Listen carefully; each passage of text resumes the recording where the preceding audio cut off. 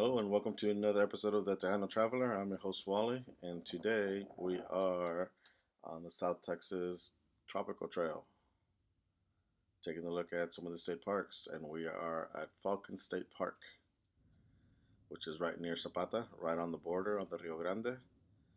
They have dammed up the river, and it has created a lake called Falcon Lake, and right along it, they've also created a state park. As you can see, there's not many trees. It's more of a brushland park, so there isn't much shade. There's a lot of shrubs, a lot of mesquite trees, but it is still kind of nice and pretty to look at. It's its own environment, and I've always liked being able to see clear environments where I'm not thinking like, hey, is this a forest? Is this a jungle? Is this a desert? This is definitely some brushland. Look at the brushland. Beautiful brushland. It's got its own sense of beauty. But the lake level is pretty low right now. Water should be somewhere up here, but it's not. Drought conditions and water usage have not been kind to this lake, but that does not stop anglers and boaters from coming to this park, which is mainly what this park is. It's a place where people love to come and fish. Not much camping, but it does have its places here. But that's Falcon Lake right there. It does have life, as you can see. There are fish, there are clams.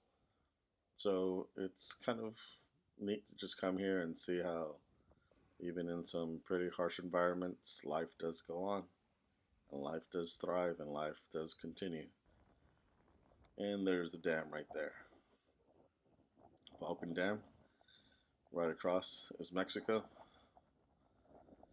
Now, there were some incidents long ago with some drug trafficking and stuff, but I mean, I felt pretty safe.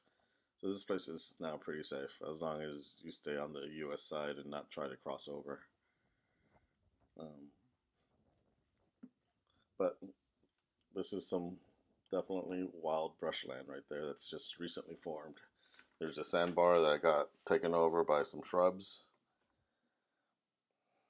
It's kind of cool seeing what's going on with the lake. You know, nature always finds a way to continue to exist, so it's pretty cool. And you can take a hike along the shoreline and just walk back and forth and see if we can find strange and wonderful things. There are some wildflowers. Like I said, life does exist here. But it's a nice little meandering walk along the shoreline, and then later on you can go get in your car and go check out some of the cabins that they have. Not many of them were in use, but they're available for you to go and use if you want. This is an example of one of the trails. Like I said, it's mostly mesquite and some other types of shrubs. Not much covering, but at least it is flat elevation and you can pretty much hike. And this is an example of what has happened to the water level. And you can tell it's happened for a long time because there's actual trees that have grown there. But this used to be a pier, and people used to launch their boats from here, but not anymore. And there's more of the lake. It's kind of a tranquil lake.